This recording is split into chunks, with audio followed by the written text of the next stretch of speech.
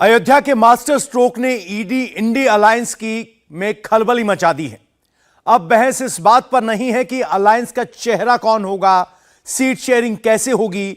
मोदी विरोधियों में भगदड़ इस बात को लेकर मची है कि राम मंदिर पर स्टैंड क्या होगा, हिंदू सेंटिमेंट को कैसे जोड़े रखा जाएगा और मुस्लिमों को भी नाराज ना किया जाए।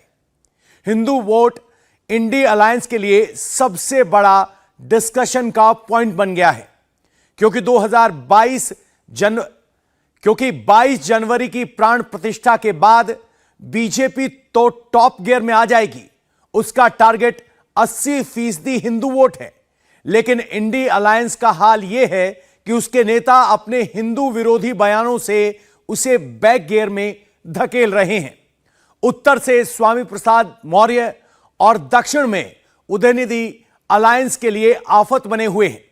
सवाल है कि क्या इंडी अलायंस की अगली बैठक में सबसे बड़ा मुद्दा हिंदू ही होगा।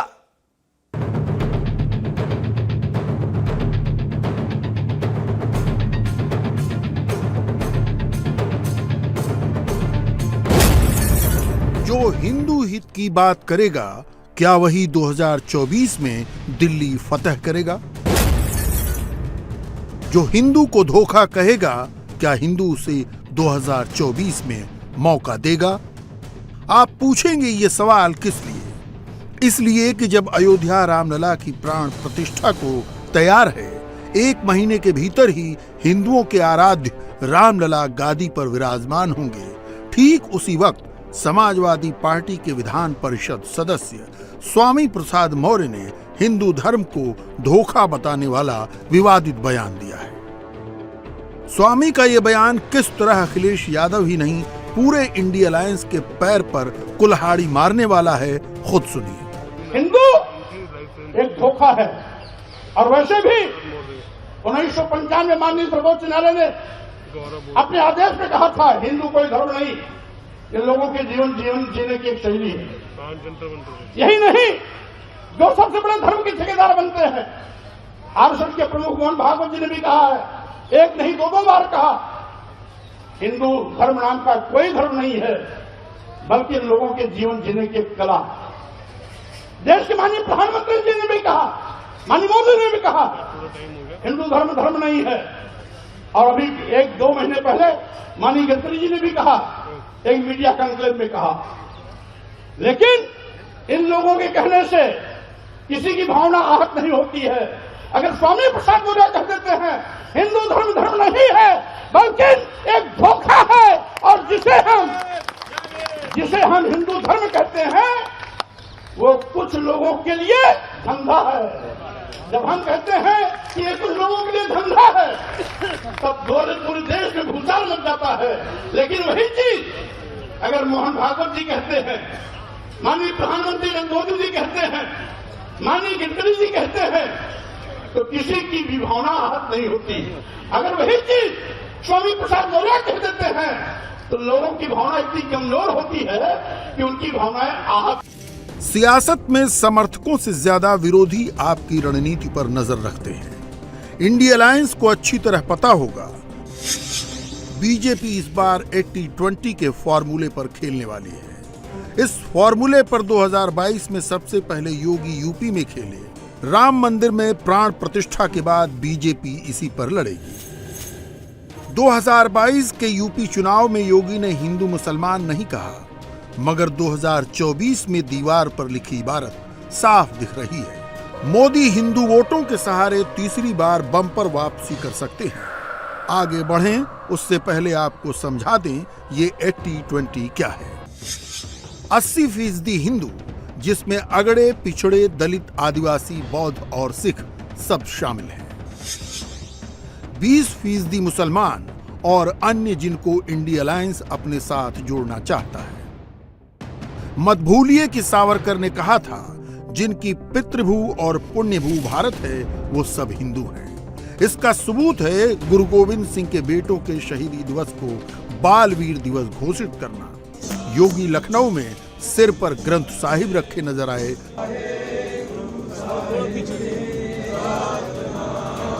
तो पीएम मोदी दिल्ली के एक कार्यक्रम में शामिल हुए। जब तक हमने अपनी विरासत का सम्मान नहीं किया, दुनिया ने भी हमारी विरासत को भाव नहीं दिया। आज जब हम अपनी विरासत पर गर्व कर रहे हैं, तब दुनिया का नजरिया भी बदला है। मुझे खुशी है कि आज देश गुलामी की मानसिकता से बाहर निकल रहा है। आज के भारत को अपने लोगों पर, अपने सामर्थ्य पर, अपनी प्रेरणाओं पर पूरा भरोसा है। आज के भारत के लिए साहिबजादों का बलिदान राष्ट्रीय प्रेरणा का विषय है। और जब कोई देश अपनी विरासत पर ऐसे गर्व करते हुए आगे बढ़ता है, तो दुनिया भी उसे सम्मान से देखती है, सम्मान देती है। आइए अब ये समझने की कोशिश करिए कि मोदी हो या योगी, हिंदू वोटर पर इतना भरोसा क्यों है। मोदी राज में भारत हिंदुत्व के उस उत्कर्ष पर है जिसका इंतजार हिंदू 1000 साल से कर रहा था। आजादी से ही अटका मंदिर का सपना पूरा हुआ। अयोध्या में जो होने जा रहा है उसे लेकर पूरा एंटी मोदी मोर्चा पहले से सख्ती में है। ऐसे में स्वामी प्रसाद मौर्य जैसों के कुंठा भरे बयान यूपी में समाजवादी पार्टी को नुकसान पहुंचाने वाले हैं। पार्टी इस कदर बैकफुट पर है कि सपा मुखिया की पत्नी को फ्रंट पर आना पड़ा। मैंने बोला है, राष्ट्रीय अध्यक्ष ने भी कहा है कि ये उनके व्यक्तिगत विचार है, ये पार्टी की सोच नहीं है। मेरा मानना है कि जो उनकी राय है ये सिर्फ उन्हीं की राय है, समाजवादी पार्टी की उससे कोई लेना देना नहीं है। डिम्पल यादव ने स्वामी प्रसाद मौर्य को तो खारिज किया ही, अयोध्या जाने के सवाल पर जो जवाब दिया वो हिंदुओं को लुभाने वाला था। क्या 22 जनवरी को आप जाएंगे अयोध्या? अगर निमंत्रण आएगा तो जाएंगे। निमंत्रण रामलला ट्रस्ट की तरफ से, और अगर नहीं आएगा तो भी जाएंगे, बाद में जाएंगे। जहाँ राम राज्य की बात हो रही है आज, तो मेरा मानना है और मेरा समझना है कि हम सबको अपने हृदय में, अपने अंदर को जो राम जी के स्वभाव है उनको अपनाना है, उनको ग्रहण करना है। समाजवादी पार्टी का एक डर और भी है। हाल की मथुरा यात्रा में मोदी ने यादव समाज को भी संदेश दिया है। रामलला के बाद भगवान कृष्ण की बारी है। यादव खुद को भगवान कृष्ण से जोड़कर देखता है, लेकिन बड़ा सवाल ये है कि क्या स्वामी प्रसाद मौर्य जैसों के कुंठित बयान के बाद यादव सपा को वोट देगा या अखिलेश को ही उखाड़ फेंकेगा। जब मौका थाली में परोस कर मिल रहा है तो बीजेपी भला क्यों चूकने वाली है। यूपी के डिप्टी सीएम केशव प्रसाद मौर्य ने कहा कि स्वामी प्रसाद मौर्य की बुद्धि भ्रष्ट हो गई है, तो केंद्रीय मंत्री गिरिराज सिंह ने रामचरितमानस पर बोलने वाले बिहार के शिक्षा मंत्री को भी लपेट दिया। उनकी बुद्धि को लगता है कि ऐसे समय हर लिया है भगवान ने, और उनको ये समझ में नहीं आ रहा क्या बोलना चाहिए क्या नहीं बोलना चाहिए। और ऐसी चीजें बोल करके कोई सनातन को ना कमजोर कर सकता है, ना मिटा सकता है, ना हिंदुत्व को कमजोर कर सकता है, ना हिंदुत्व को मिटा सकता है, ना भव्य राम मंदिर निर्माण को रोक सकता है, ना जो अच्छे पवित्र काम चल रहे हैं देश प्रदेश में, ना उसे रोक सकता है। देखिए, आज देश के अंदर इन घमंडिया गठबंधन कभी अखिलेश यादव बुलवाते हैं, कभी लालू यादव और नीतीश कुमार बुलवाते हैं, कभी कांग्रेस राहुल बनवाते हैं स्टालिन की पार्टी से। ये जो लोग हिंदू धर्म को गाली दे रहे हैं कि हिंदू धर्म नहीं है, मैं उनसे कहता हूं कि मुस्लिम धर्म स्वीकार कर लो। हिंदू धर्म ही, सनातन ही, सिख ही भारत के स्वाभिमान का प्रतीक है, भारत का अभिप्राय है। वहीं राम मंदिर के पुजारी सत्येंद्र दास ने बोला कि स्वामी प्रसाद मौर्य अखिलेश की पूरी पार्टी को बर्बाद करेगा।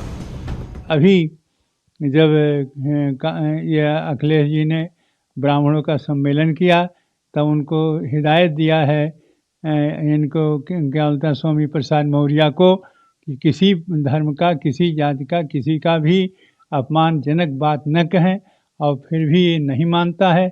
और नहीं मानने के बाद जब उनकी भी बात नहीं मानता है, इसका मतलब है कि वह विरोधी है समाजवादी का, और समाजवादी में घुस करके और यह उनको नाश करने वाला, उनको पराजित करने वाला ये भाषा बोलता है, जिससे कि हिंदू नाराज हों, यानी ब्राह्मण नाराज हों और सभी लोग नाराज हो जाएं। इसलिए सबको नाराज करने के लिए बोलता है, जबकि स्वयं अखिलेश जी ने कहा कि नहीं, किसी भी जात, किसी भी धर्म और किसी भी बात का मौर्य जी आप इस प्रकार की भाषा नहीं बोलेंगे। उसके बाद भी बोल रहा है। बहरहाल बीजेपी ने देश की हिंदू नस पकड़ ली है। जब 2024 में वो 51% वोट को टारगेट कर रही है, तो उसके कैचमेंट एरिया में 80% हिंदू हैं। लोकसभा की 543 सीटों में सिर्फ 55 सीटें मुस्लिम बहुल और 488 सीटें हिंदू बहुल हैं। इनमें दक्षिण के वो राज्य भी शामिल हैं जहां अभी बीजेपी की पैठ नहीं है, मगर केरल को छोड़ बाकी राज्यों में 80% से ज्यादा हिंदू हैं और वही बीजेपी के टारगेट पर है। गौर करिए, मोदी तेलंगाना दौरे से पहले तिरुपति बालाजी के दर्शन को गए, पूरे विधि विधान से बालाजी के दर्शन किए, पुजारियों का आशीर्वाद लिया, और नतीजा ये कि 85% हिंदू आबादी वाले राज्य में बीजेपी की सीटें 1 से बढ़कर 8 हो गई।